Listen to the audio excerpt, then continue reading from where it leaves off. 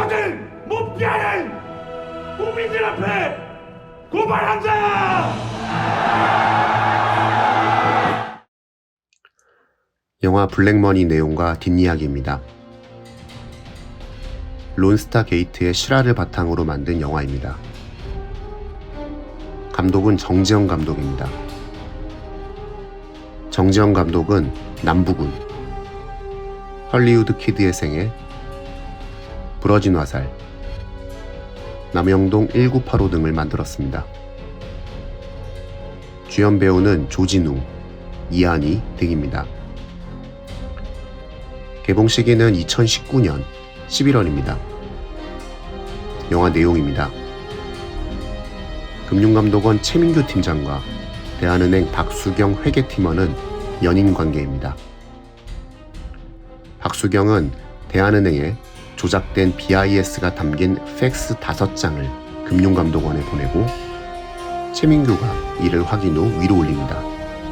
그리고 자산가치 70조가 넘는 대한은행이 1조 7천억이라는 헐값의 스타펀드로 넘어가게 됩니다.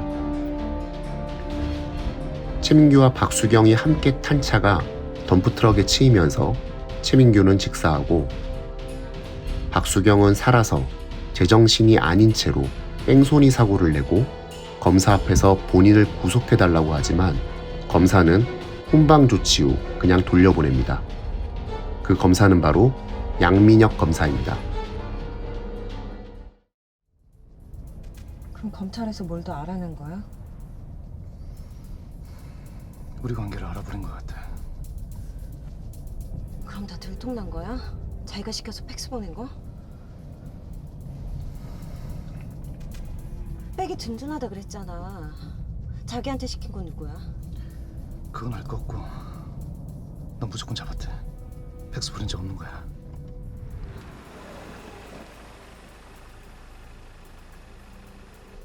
난 그냥 너네 부서에서 누군가 보낸 팩스를 위에 올려줄 뿐이고. 그게 말이 돼? 중수부 검사들이야. 뭘 들이대면서 추궁할지 모르는데.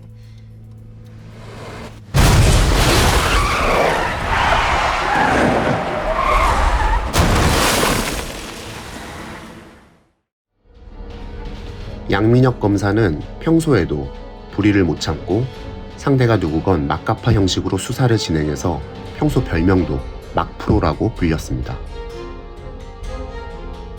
그런 검사에게 훈방 조치된 박수경은 그날 저녁 자살했고 자살 전 친동생에게 양민혁 검사가 본인을 성추행하여 수치스러워서 자살한다는 유서를 남깁니다.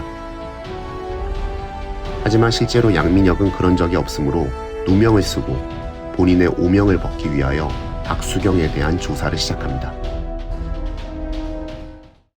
아이고 그래 양민혁이 말이 맞겠지. 난 너 믿는다. 근데 어떻게 하냐? 지금 난리 났다. 검찰청 홈페이지 다 마비되고 장난 아니야 지금. 직원들 다 있을 때 조사를 했어요. 여자를 건드린 게 차 안인지 검사실인지 노래방인지가 유수에 없잖아. 이 여자는 왜 노래방을 갑니까? 그럼 네 말이 맞다는 걸 입증해봐. 이 여자 자살 아닙니다. 부검하면 나오잖아요. 부검? 부검은 가족들이 반대했고요. 야, 걔 화장한다고 했냐? 예. 쏘! 누구 마음대로 화장을 해 지금? 야, 야 이봐, 야! 그러다 알게 된 박수경과 최민규, 그리고 그 둘이 일하는 직장, 그 직장 사이에서 벌어진 일들을 모두 알게 됩니다. 자, 대한은행 헐값 매각 사건. 자산가치 70조가 넘는 은행이 1조 7천억이 넘어갔다. 발이가 70조짜리가 무슨 1조 7천억 원에 넘어가? 말이 안 되지. 근데 그렇게 넘어간 근거가 팩스 5장. 대한은행에서 금감원으로 보낸 허위 보고서.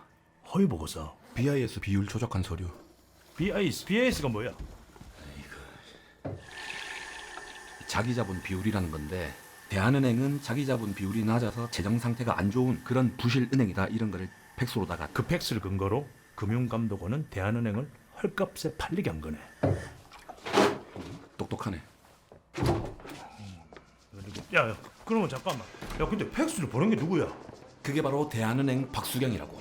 이제 배우만 캐내면 되는데. 그런데 박수경이가 죽어버렸구만. 그게 다야? 팩스를 보낸 박수경하고 그걸 받아서 위에 올린 금감원 직원은 연인관계. 근데 그 남자 직원이 박수경보다 먼저 교통사고로 죽어버렸네. 야, 하나는 사고사, 하나는 자살, 둘은 연인관계. 근데 수사가 중단됐다는 거야. 스타펀드 새끼들 은행 헐값에 먹고 비싸게 팔아먹고 튀려고. 잠깐만. 중단됐다고? 왜? 그 여자가 죽었는데 수사를 없잖아. 네 성추행 때문에 다 묻혀버렸잖아. 내부적인 내용을 조금 더 자세히 알기 위하여 양민혁은 선배이자 노동 변호사인 서권영을 찾아가는데, 그때 우연히 CK 로펌에 소속되어 스타펀드에서 법률 자문을 제공하던 김나리 변호사를 만납니다.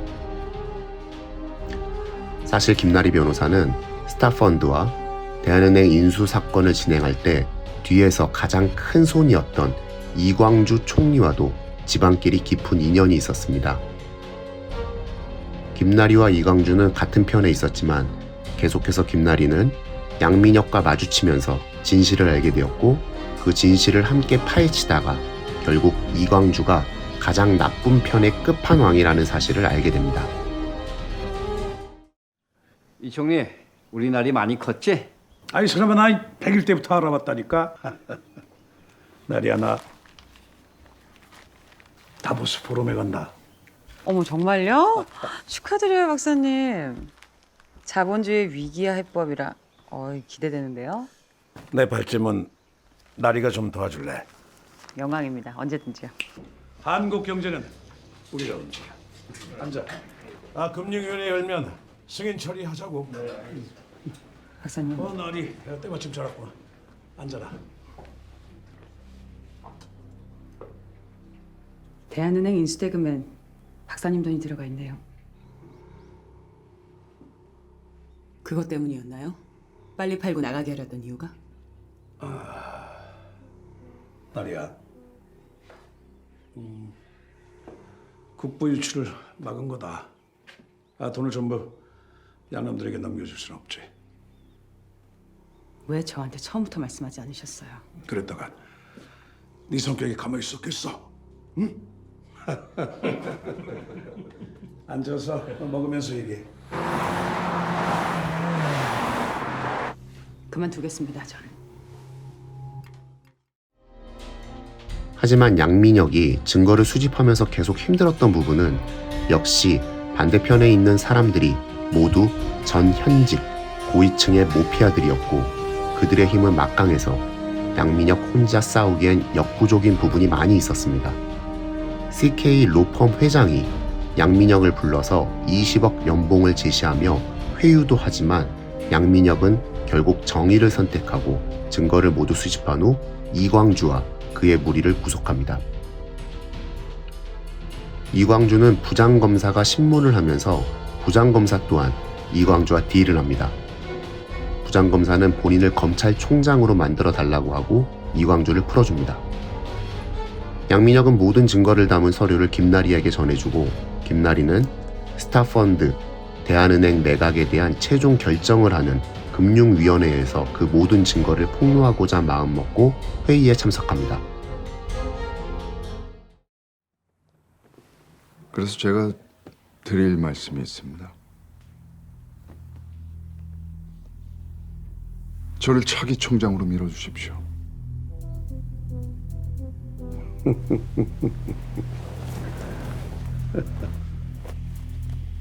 좋은 총장 되겠습니다.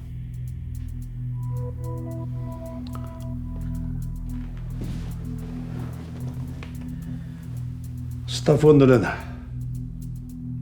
스티브 정의 조세 포탈건 하나로 마무리하고 나머지는 처리하시게. 네. 요 출국 금지 같은 걸 좀 풀어버리고. 예. 오케이. 하지만 그때 김나리의 아버지에게 문자 메시지가 도착합니다. 이광주가 뒤에서 스타펀드와 대한은행 매각에 투자한 돈의 절반은 아버지가 함께 투자한 돈이라고. 결국 김나리는 본인의 욕심을 채우는 것을 선택하고 그 증거를 폭로하지 않습니다.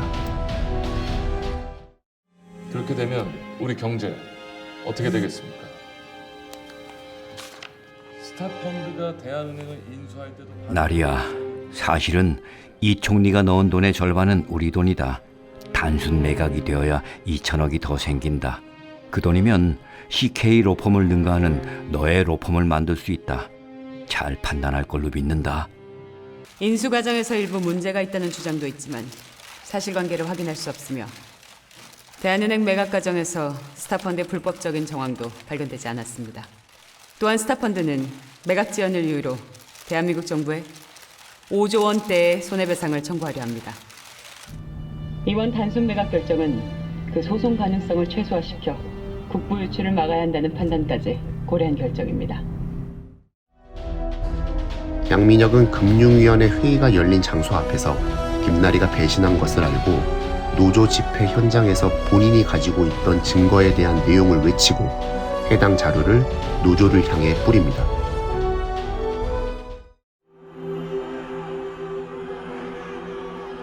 형사소송법 제234조 1항 누구든지 범죄가 있다고 사료될 때에는 고발할 수 있다.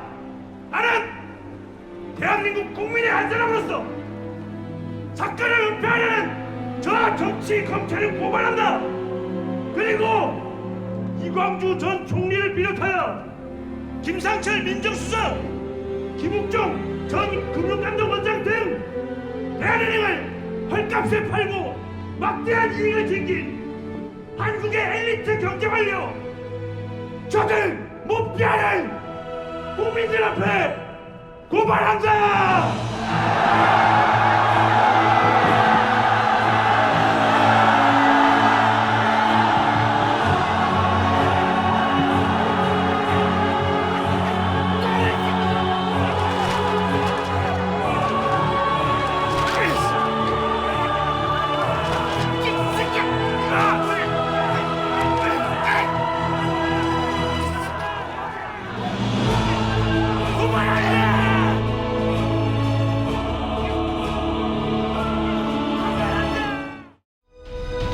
뒷이야기입니다.